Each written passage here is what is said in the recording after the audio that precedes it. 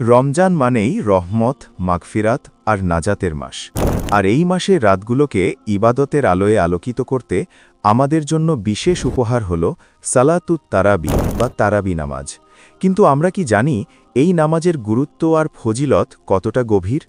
তারাবি নামাজ নারী পুরুষ সবার জন্যেই সুন্নাতে মুয়াক্কাদা।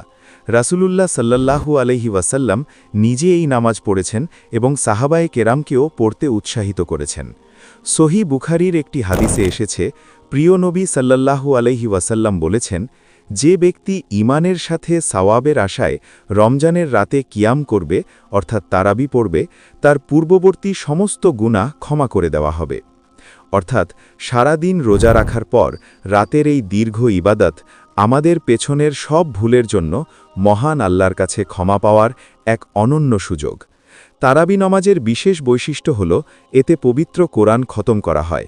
আল্লাহর কালাম শুনতে শুনতে দীর্ঘ সময় দাঁড়িয়ে থাকা কেবল শরীর নয়, আমাদের আত্মাকেও পবিত্র করে।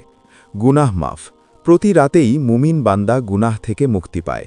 অশেষ সওয়াব, ফরজ নামাজের পর নফল ও সুন্নত ইবাদতের মধ্যে তারাবি অত্যন্ত মর্যাদাপূর্ণ।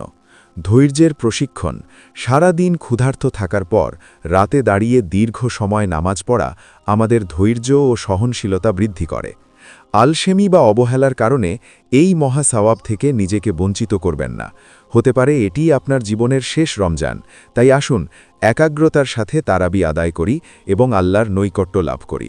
মহান আল্লাহ আমাদের সবাইকে পূর্ণ ইখলাসের সাথে তারাবি পড়ার তৌফিক দান করুন। আমিন। ভিডিওটি ভালো লাগলে শেয়ার করে অন্যদেরও তারাবির গুরুত্ব জানিয়ে দিন। ইসলামের সুন্দর বার্তাগুলো ছড়িয়ে দিতে আমাদের সাথেই থাকুন। জাযাকাল্লাহু খাইরান।